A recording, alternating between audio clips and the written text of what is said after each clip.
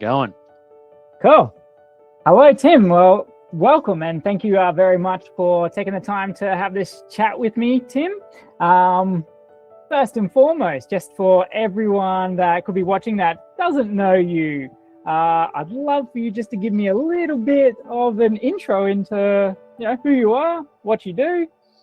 Yeah, cool. So Tim, I do a few things. So my background's in IT, right? So I've done quite a few different things, but my real focus now is more on entrepreneurial space, developing online business, and I also do. I'm not quite sure what you call it, but it's some sort of guiding people from shifting big emotions into finding themselves some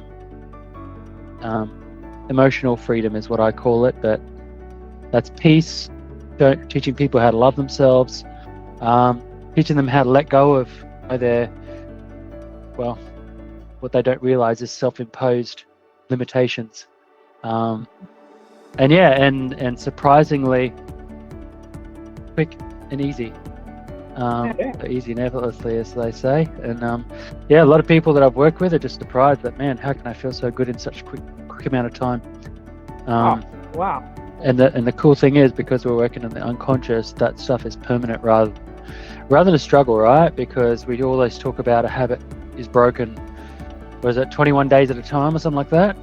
But that's because you're trying to do it consciously. But when you're working in the unconscious, it's like that. Oh, wow. Okay, so that sounds incredibly powerful.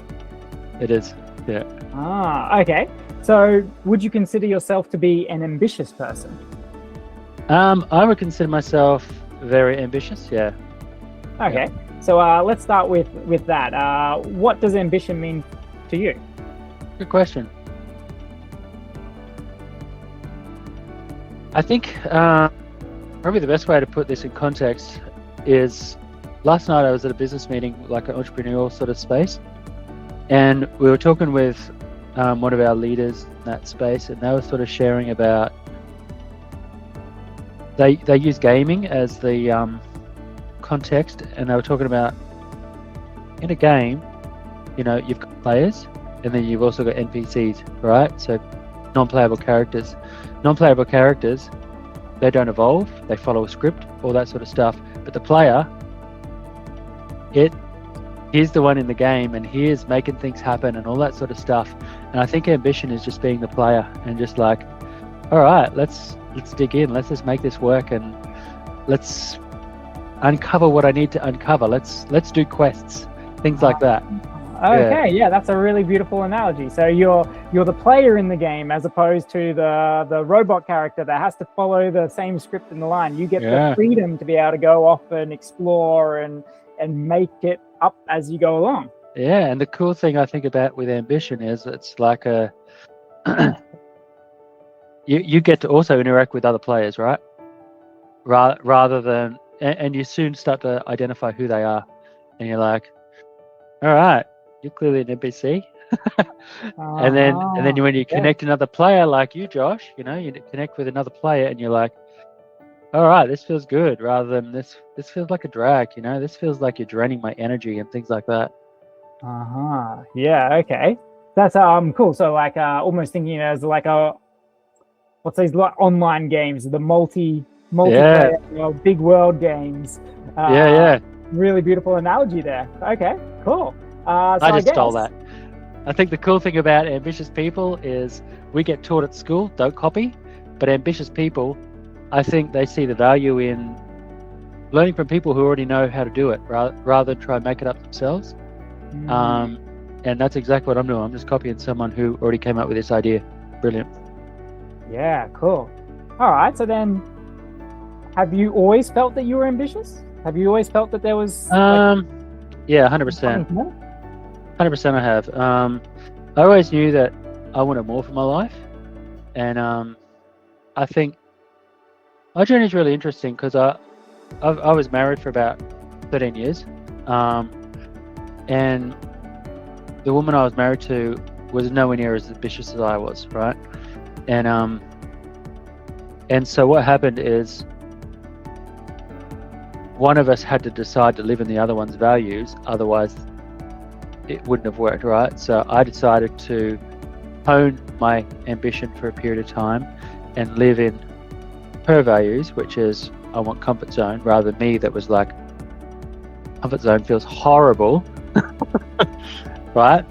And what I found with that sort of situation is, in that situation, you've got one person that wants to be an anchor, and stay safe and all that sort of stuff, and the other person that wants to be like a fighter jet or something, and just wants to go around and do cool things and explore and fight battles and all that other sort of stuff, right? But like you've got a jet with an anchor on it, right? So it's not healthy for either. Like it's not healthy for the anchor because the jet's pulling it and it's like not doing the right thing, and the anchor's pulling at the jet and it's wrecking the jet, so it's unhealthy, right? Yeah. But the thing is, I think through that experience, like I honed my ambition, and that felt really uncomfortable. And I can't even describe what that felt like. It felt like you just like, you think of like a bomb exploding, and then you try and like cover up the explosion and contain the explosion. And I feel like that's a good analogy for what that felt like. Okay, so then when you left that relationship, or you didn't feel like it was like almost this weight lifted off this jet. You could fly to the heights. You could get that speed. Yeah. Well, I just felt like, not immediately, and I think that's where a lot of the work that I've done came from. Is that was really sad that happened. That relationship ended. And I think one of the coolest things that I learned, and but one of the coolest things I learned is through like listening to other people who knew better than me. And I was listening to Dr. John Demartini at the time, and if you haven't checked him out, check him out. But he said, anything that you can't be grateful for is baggage. And that changed my whole perspective, because I was there licking my wounds and all that sort of stuff, and I actually got to the point where I actually hated that, and that's why I started looking at stuff that will help me feel better effectively. But I didn't know it would sort of change my whole perspective. So and then what I did is I put so much energy into I just focused all my energy in trying to find ways to be grateful for not just some of the things, but everything. Okay. And so yeah, and what I found is I was actually grateful for I was so grateful that he called it off, because I never would have. For me, I believe we were married, and that was how it was, and separation or divorce was never an option for me. So I'm so grateful that she did that. Otherwise, it would have never happened. So grateful. And then I'm also grateful for all like the good times. There were so many good times, and I'm also grateful for the opportunities for me to build my character, because that's what it is. It's lessons, right? Like we can look at them from a perspective of, oh, this was a terrible time, but there's always gold in everything, right? And that's where that gratitude comes from. So then so many things, even if it is like, this is not what I want, like that is a lesson in itself. Being able to take the lesson from the negative as well as the positive. 100%. And I think that's where real power is, right? And because you don't learn anything if you're winning all the time, right? You learn when you make the big mistakes, and you're like, man. And so I'm very grateful for that. I'm also grateful for now the opportunity for me to learn who I was, because at the time I didn't know who I was, right? I was living in someone else's value system. So how the heck would I know who I am? So I'm so grateful that I now get to learn who I am and who I want to be and all that sort of cool stuff. And that's, I think when I'm reflecting on that now, like there's so many people whose lives I touch as a result of that. If I hadn't have gone through that relationship, gone through that breakup, and then wanted to improve myself and learn who I am, there's no way I could impact people the way I do, on a daily basis. Yeah, so you're seeing the fruits now Yeah, for sure. of this. Ah, cool. So was that breakup the catalyst for you to get into this emotion? What do you call it? Emotional Freedom. freedom. Uh-huh. That's a great question. There's part of me that doesn't want to give it, that credit, but 100%. That is definitely an element. I think also I've just had this, oh man, like, I don't know how to describe it, like just this relentless desire to improve myself. Okay. Yeah. And even when I'm like hitting a wall or whatever it is, and this is something my mentors talk to me about, and they're just like, Tim, you are just relentless, man. Like, it looks like you're down and out, and then you're back even harder than you were. And it's so beautiful to watch. And sometimes I wish I was there watching this, but like the cool thing is, I don't know if you've heard of a book called Gap in the Gain. Get on it, like Dr. Benjamin Hardy and Dan Sullivan. Gap in the Gain, and it talks about shifting your perspective from looking at an ideal of where you want to be, which is never true, right? It's a projection, right? And instead of looking at this projection that may never be true and comparing yourself against this ideal of you that is probably completely incorrect, because even as you get closer, that goalpost, you're going to shift your own goalpost, so it's never true, right? But instead of looking at this ideal, look backwards. And it's like Steve Jobs said, you can't connect the dots looking forward, you can only connect the dots looking backwards, or something like that. And that's exactly what he talks about. Look at the gains, look at where you've come from, and look at all the wins you've stacked up. Like, man, you're crushing it, rather than look at this, man, you're a piece of crap because you didn't tie your shoes properly this morning, and how are you ever going to be this amazing human if you can't do that? Yeah, because I think there's so much inner turmoil, right, of trying to chase that unattainable. If it's constantly changing the goalpost around, then you're never going to be happy trying to reach this thing that's a moving target. And so looking back and actually giving yourself little pats on the back, so to speak, about the steps that you have made, it's really powerful. 100%. Save a lot of anxiety. I kind of forgot. I think your question was, did the relationship breakup lead to the emotional freedom? I think 100% yes, but not fully. Like, I think there was this drive for me personally to want to improve, and I would have grabbed hold of anything. But I think it definitely led me down that path, because I feel like you have to hit your big walls. Not necessarily. You can use other people's big walls and go, wow, I don't want to deal with that. So I'm just going to learn from their lesson. That's the quick way to learn, right? The hard way or the... Yeah. But I feel like sometimes you just need to get, hit the wall or get a kick in the mouth or whatever it is. Because at the same time, like almost straight after that marriage breakdown, I also got made redundant from a job that I actually really loved. Okay. It's probably the first job. IT? So that was project management.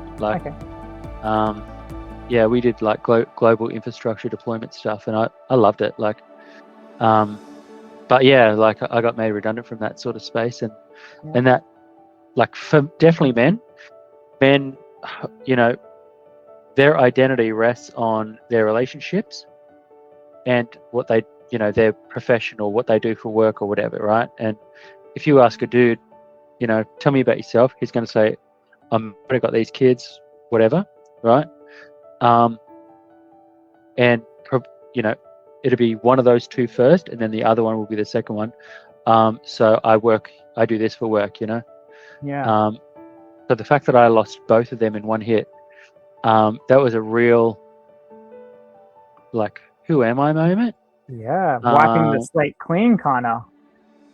Well, I don't know. I don't know what you call it, but it's just sort of, that really hurt. And again, I'm grateful for it though, because it put me in a position where I connected with a men's group called AMD, Advanced Men's Development, and I'm actually jumping on a call with them tonight. And what they do is they support men in going through that sort of stuff, like, and really discovering who you are. So they do a Rise event sort of thing, which is just a one-day event where you go and learn a few different things, but then they have this Ascend program, which is a 12-month program, and they also have a launch weekends, right? And that's a 3-day weekend where this is really where the emotional freedom stuff comes into it. This is where I got access to it. So they do a lot of hypnotherapy and NLP sort of work, and they really work through like heavy emotions like shame, guilt, fear, sadness, doubt, grief, anger, desire, and they touch on a whole bunch of things. And man, by the end of that first weekend, I was already a different person. Like, I was just like, what? How's this possible? And yeah, so I started using that same stuff, just working on myself. So I used their sort of processes to work on myself, and then I started doing it with family and friends.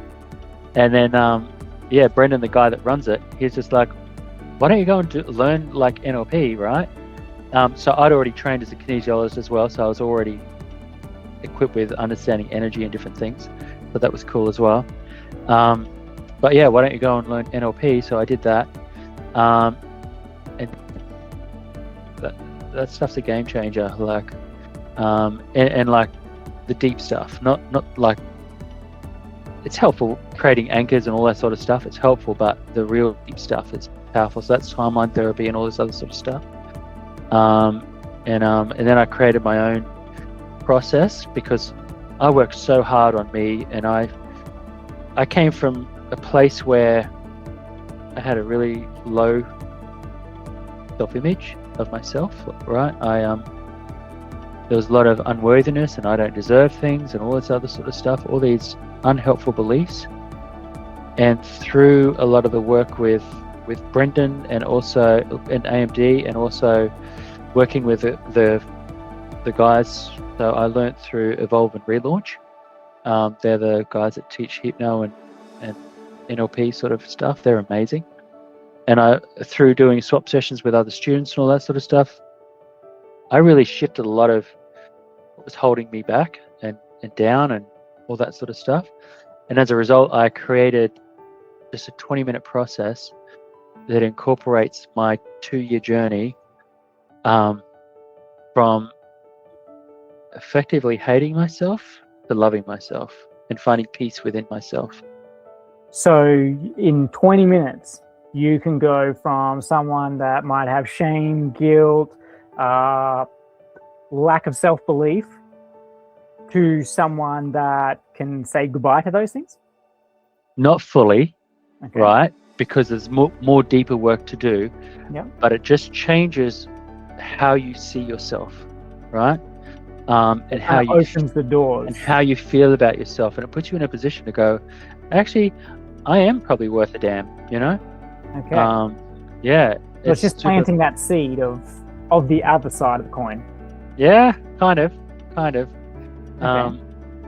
Yeah. So did you have to learn about the human physiology around subconscious, and did you have to go deep on kind of the physiology side, or did you more have to just understand the process and get good at the process and you could see the results? Well, I think the question. I think because I've had access to all this stuff over the last 2 years, I actually don't know what I know, right?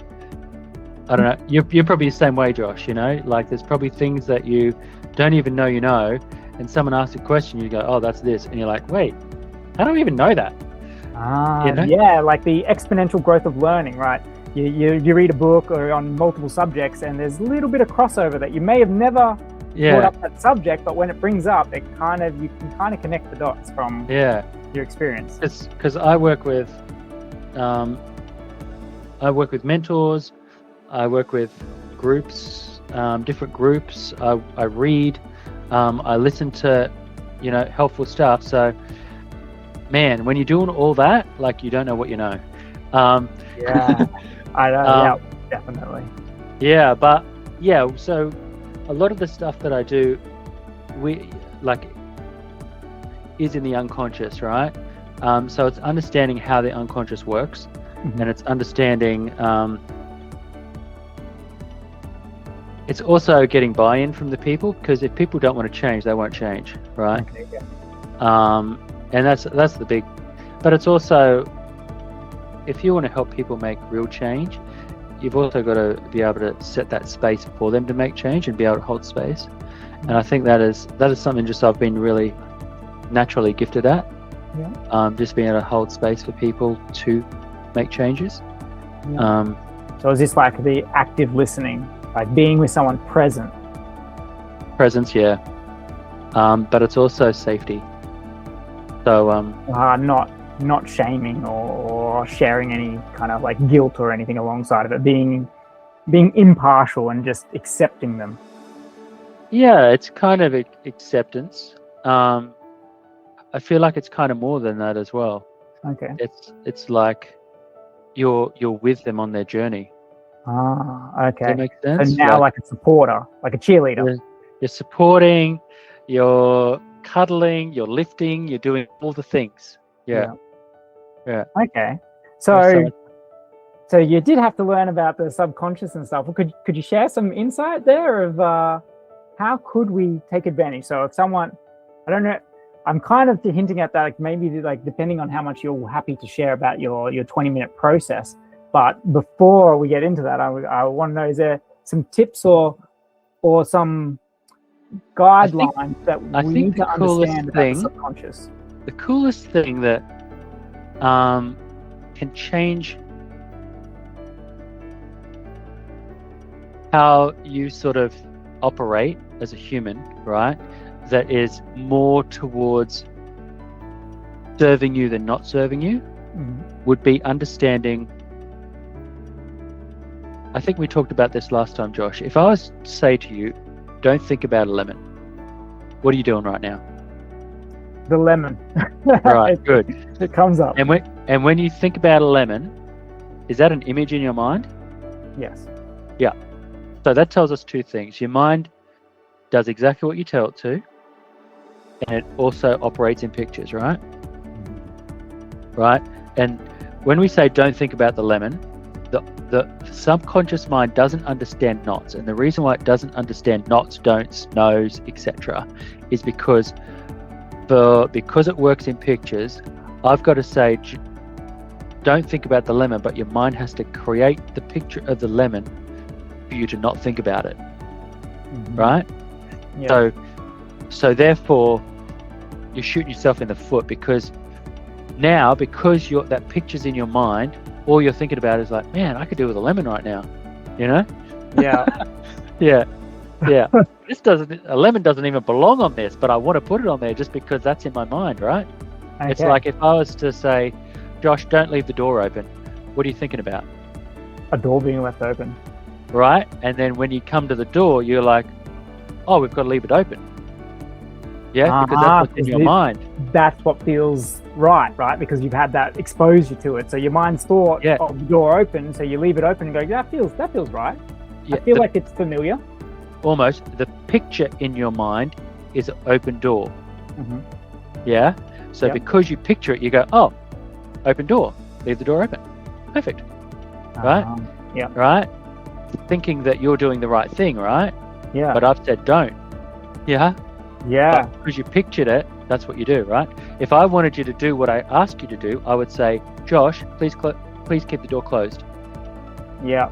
Because then that image of the door being closed is going to be reinforced. And then when I do it, I'm going to feel, 100%. Thank you. Yeah. So let's go back to the lemon. So because you had to think about the lemon, right? And now effectively your brain has failed, right? Because you said don't think about it. Now you're introducing emotion, right? Which is guilt, shame, things like that, right? It failed. Yeah. Right? So this is really the deeper level of how it's not serving you, right? Yeah. So I think the biggest thing anyone could ever do with their subconscious mind or unconscious mind is start training the way you speak and removing nots, no's, don'ts, etc., and speaking instead of the things that you don't want, which is what society has taught us to do, right?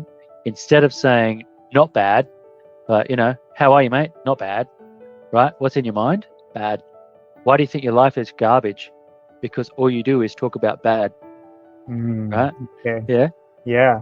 So instead of, okay, so if you're not bad, what are you? Open slate, right? Like, who knows? If you're not bad. Well, that's what I mean. Like, so ask that question. So I feel like, okay, if I don't want the door open, what do I want? I want it closed. Thank you. Okay. So definitely having to focus on what we do want, the positive side, the yes side, and that way we can not feel shame, guilt of the failings of this our language body that we're in, the language. Failings of our language. Yeah. Okay. Which is fundamental to how we respond and understand the world. Our language programs our mind. Yeah, so then the subconscious is what's going to bring those feelings up. Yeah. And so what do you feel about when people say trust your gut then?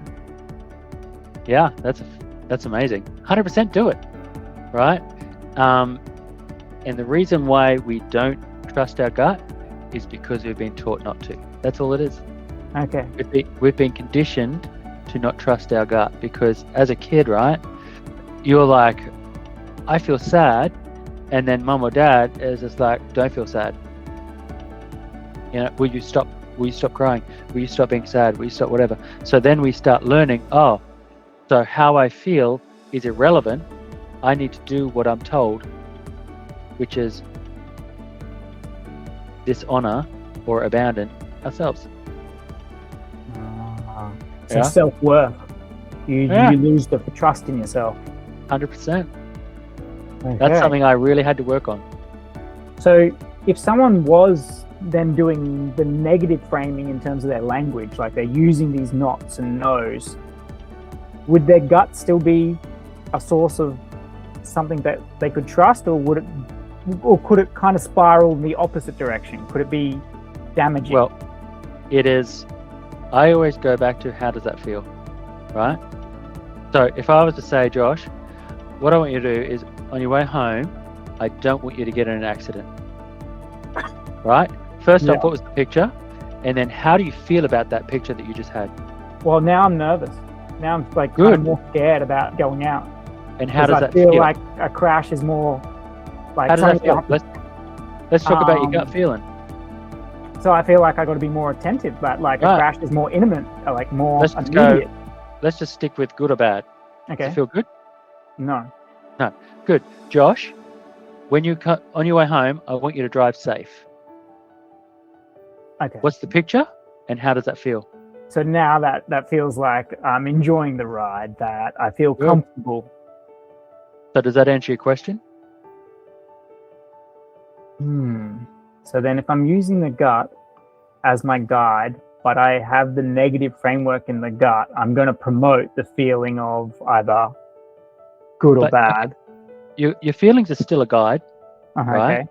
And then it shows you, is this language and thought process serving me? And if it feels bad and it feels like, oh man, this feels terrible. Okay. So we can that's use a clear indicator to go, actually, all right, what am I missing here? Okay, so we can use that feeling because when we get those feelings of shame or anything else, if we just slow down and could observe the thoughts that are running at that same time, we then can be in the driver's seat. We then can 100%. Start to change those feelings through that language. Yeah, 100%. I reckon with that feeling change, we are then kind of empowering ourselves to take a different course of action. Yeah, well, if your language is speaking now in terms of let's do something that makes me feel good or excited, etc., rather than language that makes me feel fearful or petrified, etc., right? If you're petrified or fearful, how willing are you to do anything? I'm much more closed off. I'm going to be more I'm like, nervous at it. I'm going to be slower to do it.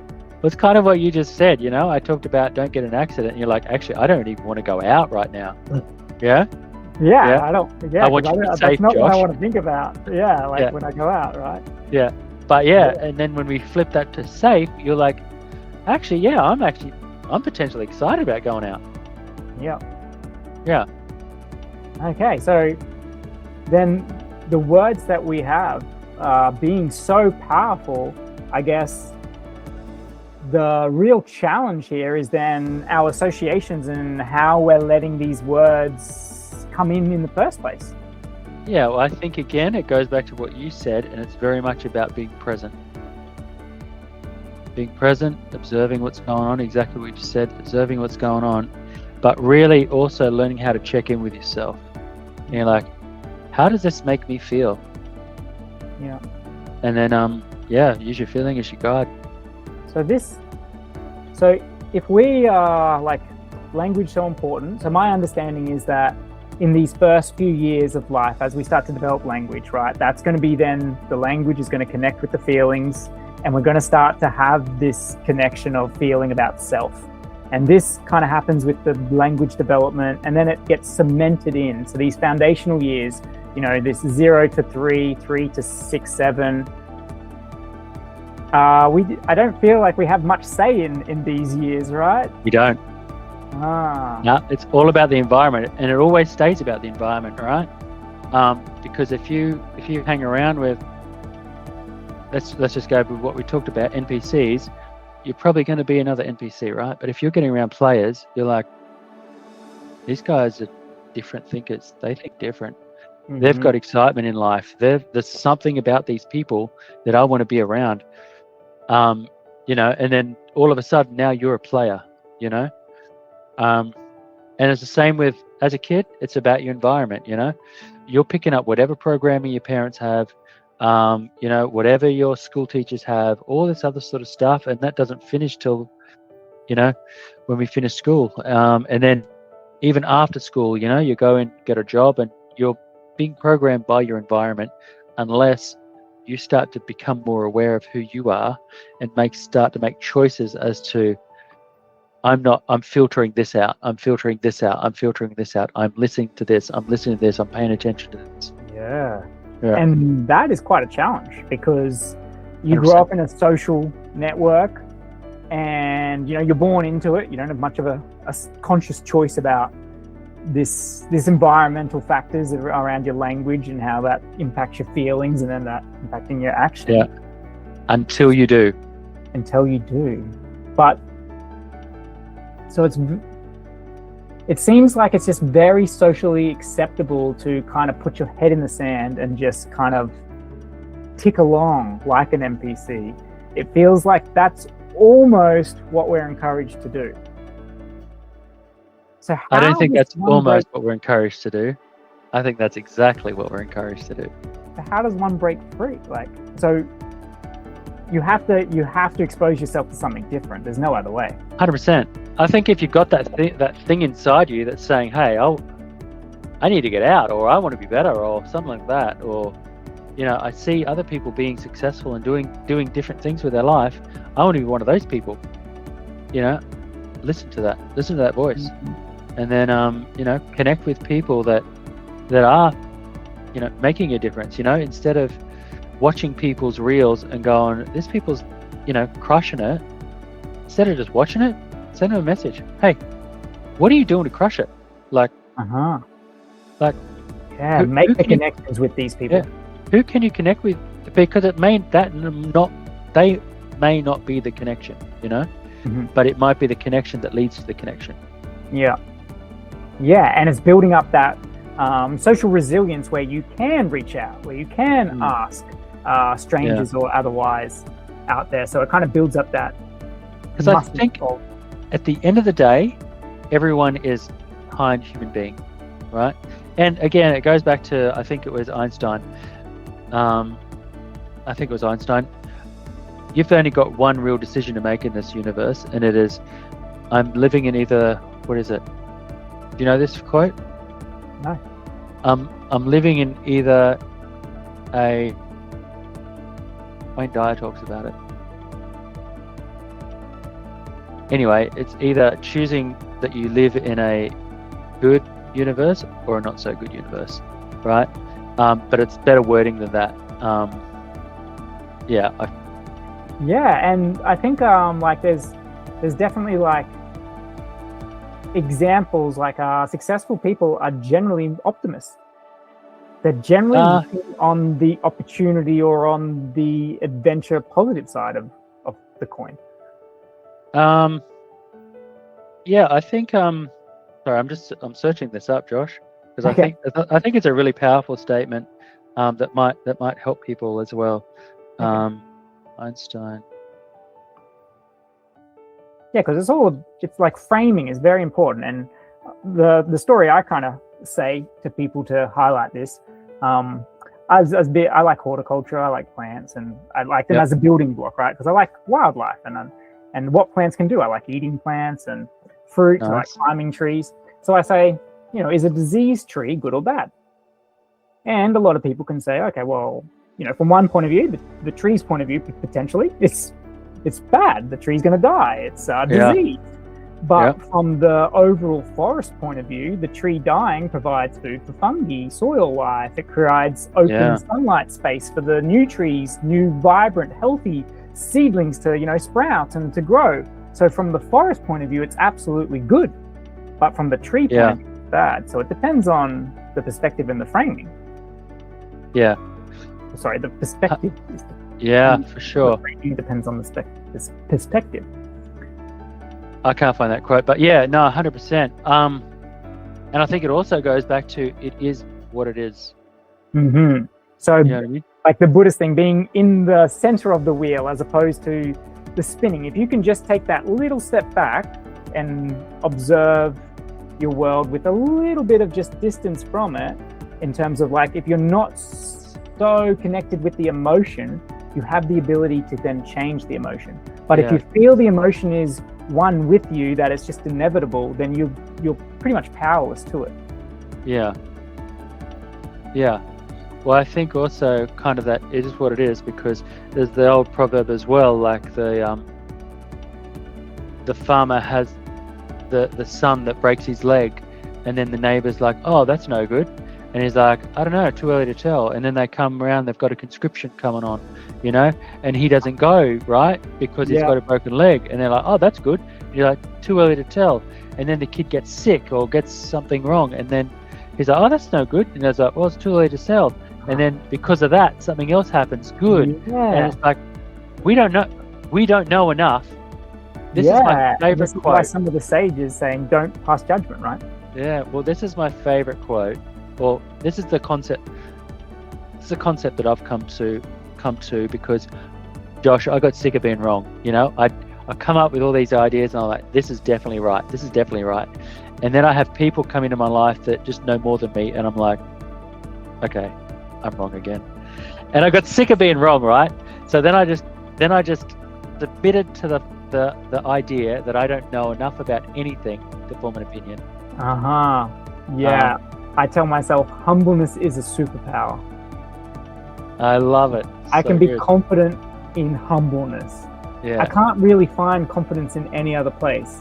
But if I'm humble, then I can step boldly because I know I'm gonna learn stuff along the way, and as long as I'm willing to take that on board, I'm confident. Yeah. And then I don't know how sort of open you and your viewers are, but like the way I see like the diseased tree, I think the universe is perfect, right? It doesn't make mistakes. And it's just like the body, right? It doesn't make mistakes. So if you're in pain, say you've got shoulder pain, all right? And you've been doing some activity, say it's tennis or whatever it is, and your technique is poor, and your body, for some reason, because it's perfect, doesn't make mistakes, it decides to freeze your shoulder, right? And you're like, oh man, why is this happening to me? Why am I in pain?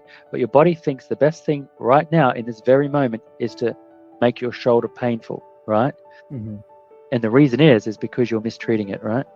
And until you treat it well, it's going to be in pain. And I think it's the same thing. Everything is happening literally for a reason, So if the tree's diseased, there's a purpose. Yeah. Keep going. And the other side of that, and I really love this quote, and I learned this from Brendan, the AMD guys, is the definition of purpose is the reason why something exists. So the fact that you exist, Josh, means you have a purpose. Ah, how cool! well, then, that's a cool one. That's cool. So the reason the disease exists is for a purpose. Yeah. Otherwise, it would not exist. Yeah. No, that's really a nice, easy way to kind of bring it home. Yeah. Because that way, denial, right? Yeah. It's basically accept it so that you can use it. Well, that's it. And denial doesn't serve us at all, right? Because we're denying that this is in reality, right? We're denying that this so-called horrible thing is in our world. But the fact that it's here, we can't go, I wish something was different, or I could, shoulda, woulda. It's here, right? So, like, the inevitable denial now doesn't help us. Before you is before you. You can't change what's before you. You can then change what happens after. Yeah. All you got to do is deal with right now. That's all that matters. And like Eckhart Tolle talks about in The Power of Now, problems don't exist in the past and the future. They don't exist in the present. So it's just like, it's here. Let's just deal with it. It's all good. Yeah. Accept that it's here. Our brain being this very fascinating, beautiful thing that can help us plan and take actions to build what is in our imagination can also build, well, because it can build whatever's in our imagination. So be careful what you're imagining. Be careful what you're talking about, what you're putting in, because 100%. The mind can build it. Well, my favorite quote, and this might be a kick in the head for people, but it's also a really such a liberating and breath of fresh air. And it came from when I did my NLP course. I'll just get it out so I don't stuff it up, Josh. Hold on. No worries. You are personally responsible for everything in your life once you become aware that you are personally responsible for everything in your life. Love it. 100% responsibility. Yeah, that's by Dr. Bruce Lipton. And that just resonated. First off, it hurt me because I'm like, damn, like I created this, right? So like you said, what you imagine, right? Be careful what you imagine, because the truth is your reality, you created it, you know? Yeah. And when you look at it like that, and you're like, oh my God, and maybe it is, I'm not happy with where my life looks like right now. But the cool thing is, that very statement is, it said, you've created your life, right? You made it happen. This is it. Your reality is something that you created. So the cool thing is, if you're 100% responsible for it, that means you can create anything else. You can create everything else. So like, while it is a kick in the teeth, it's also a beautiful opportunity, you know? Yeah, really nice. Thank you. That's really powerful stuff and really important to remember. It's one thing, like, you hear it once, you hear it twice or whatever else, but right, to really have that change, it's just that constant repetitive reminding and reinforcing so that it becomes the natural, normal, first thing that comes up. Yeah. So can you break down some more about that 20-minute process, just in maybe the steps that someone might have to go through? It's more like, so I run it sort of thing. So usually I get people in a place where they're comfortable and feel safe, and so feeling calm, relaxed, safe. And then I just use a few different NLP techniques and things like that, and a few things that I just sort of played with and seemed to work really well. And then I just put it into a process that I just talk people through. And so with the NLP, for if people maybe the first time ever were hearing NLP, what kind of is the important neuro-linguistic programming? That's what it's called. And there's also sort of the guys that I learned from. They also, sprinkle in hypnotherapy and all that sort of stuff. So it's really getting people into that place where they are receptive to this one doesn't really challenge you. It can if you're so uneasy with feeling love and things like that, so it potentially can. But yeah, I just change how you see yourself, right? Why? No, I don't change it. I guide you to change your own image So of is this yourself. with questioning? Are you using questioning No. techniques or Well, statements? Josh, if you were to think about yourself, Mhm. you get a picture of you, Mhm. right? And that picture of you determines how you feel about you, right? I got to change my picture. I got to make it. 100%. If you make that picture more beautiful and all that sort of stuff, that's the start, right? Okay. We change how that picture looks, and we make that feel so amazing. And it's all about the feeling. I keep coming back to the feeling, man. So we change how we think about that feeling. Also, get people to feel love through that. Also, do some paths sort of stuff. So we pull some paths. So man, you're picking me apart. Yeah. So if you were to think about you right now, like there's probably parts of you that are still in your childhood. There's probably parts of you that are, at work or with friends or wherever. 100%. And it's about bringing them into a place where you feel whole. Okay. And then we find a way to make all that feel safe, certain, peace, and a few other different things, and finish off with some gratitude and really feel grateful that you get to love you. And it's a really powerful and actually really relaxing process. Okay. So you feel safe. You are encouraged to think about the image of self. You're encouraged to think about if that's serving you or not, or is that what you want? Is that the image that feels good for you? Yeah, we just change it to what you want. We don't muck around with, is that what you want? We go, let's move that to what you do want. So we're nice and safe now. Let's think about the image of the ideal of what we want. Yeah.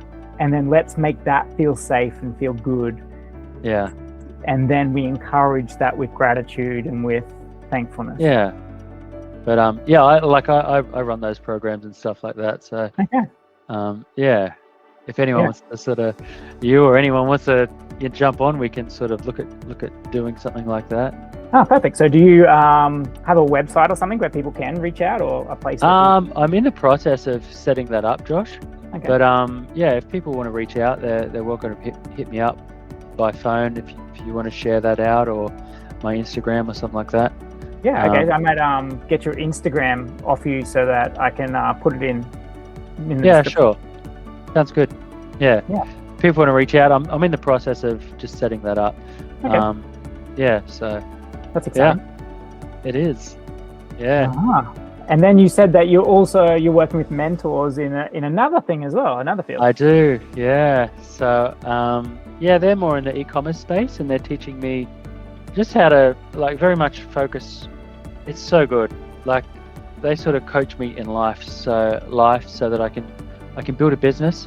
So then I can have options, build business, like e-commerce business in my spare time, so that I can have options. My goal isn't to work for the rest of my life for someone else. My goal is we talk about creating impact, influence, creating income, influence, and impact, right? Because if you want to help anyone, because it's a physical world, right? We need income, right? Yeah. Need the tools of the trade. I can't help you, Josh, if I can't afford to have power to have my laptop running, right? Yeah. Yeah.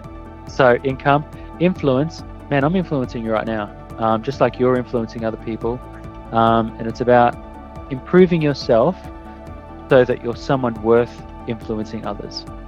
You know what I mean? And then impact, because you have, improved yourself to a point where you have value to share. We make big impact, bro. Yeah. Yeah. Yeah.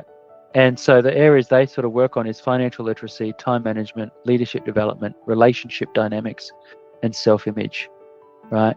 Okay. And they're the big five where they really focus on. But all that is designed to help you build a business with their help, so that you can have some better options in your life. Like, everyone wants better options, right? Everyone talks about it, but some people are willing to do it, some people aren't. Okay, so you seem then pretty full on, right? You got a service, right? The healing. Yeah. The emotional freedom service. Yeah, baby. And you've got the e-commerce, so selling products. So how far along are you with that? Just starting out, brother. No, you're always just starting out. If you have that, one of the guys in the mental group, he talks about having that white belt mentality, because he does martial arts. Okay. And that white belt mentality is, no matter how big you are, you're always just starting out. I think that's because we both ride motorbikes. Yeah. I think that's the same attitude I take with riding a motorbike. Like, every time I go on the motorbike, there's something to kind of learn. Like, the moment you feel like you've got it is when I feel like your mistakes are going to happen the greatest. 100%. That's when you hit the deck and you're peeling yourself off the road, brother. Yeah, exactly. So being able to see the world in a fresh new light, even though it might seem familiar, you have to ride as if it's the first time every time, because the situation, like, things change. Yeah. And I think that goes back to that statement, I never know enough about anything to form an opinion. That really keeps you in that curious state. And mate, that's where you are. I can see that, because you're asking some really, really quality questions, and just like, okay, tell me more about that. Like, that does sound interesting. And I can tell it's like from genuine, like, what is that? Like, you're picking at it. Yeah, I think the curiosity really keeps us, me, excited in life, right? The exploration. Yeah. And I think that can be the trap of, like, the scrolling in social media. It's kind of this fulfillment of that exploration, but in most probably unhealthy way for most people, because it feels safer. It feels safer to watch someone else have the experience than actually going out and doing it yourself. But I feel that at the end of my life, if I was to do that, I would feel like I haven't lived. Well, that's a big part of what I work on, right? Because the thing, when you're talking about safety, that's your ego, right? People think ego is a bad thing, but ego is actually the thing that's protecting you. So it's designed to keep you safe, but the problem is, it's based off unconscious programs, and because they're unconscious, you're unaware of them, right? So you don't know if they're good programs or bad programs, right? And usually, when you're being triggered, that's a bad, an unhelpful, I'm not going to say bad, an unhelpful program that's running in your unconscious, which is the programming for your ego, right? So, just that's another cool thing that I work on, and I actually wrote that bit about that in the book that I'm writing at the moment. You're writing a book too? Yeah, bro. I think this work is way too powerful not to be sharing it. Yeah, cool. And I haven't quite worked out the name just yet, but it's like Book of Essential Truths is what I'm going with so far. The path to, abundant living, something like that. Cool. So focusing really on fundamental principles. Yeah, and just because a change is as quick as a realization, right? And whenever I work with people go, "Oh, thank you so much, Tim." But yeah, I always tell people that you did the work, right? You did the work, right? You changed how you feel about you. I did nothing. The only thing I did is show you where to look. You did the work. The guide. Right? And that's what this is all about. It's all about showing people where to look, and if they look for themselves, man, they can be as limited or unlimited as they want. That's a really powerful framing too, in terms of the, I did nothing, you did the work. that is also how we need to market and sell our services and products, because we need to make the customer the hero of the story, because they're the ones that take the action. They're the one that purchases. They're the one that rocks up with service. They're the one that did it. We need to see ourselves as the guide. And when we see ourselves as the guide, then our brand story becomes so much more relevant and interesting, acceptable for people to want to take that action. Yeah. So good. Yeah. Well, thank you so much for having this conversation with me, Tim, and lots of insight there. So I had a very fun time chatting with you and delving deeper into some of these topics. So I just want to thank you, Sarah, very much for taking the time to chat with me today. Okay, you, Josh. I appreciate you, man. Yeah. Looking forward to plenty more discussions in the future. Perfect. So if anyone would like to see what Tim's up to, we'll get a link down so that you can connect up with Tim. And, if you need that emotional freedom, he's setting all that up. And soon we'll see a book and some products out there as well. Yeah, cool. Looking forward to it. Thanks, Josh. Appreciate you, mate. Thanks, Tim.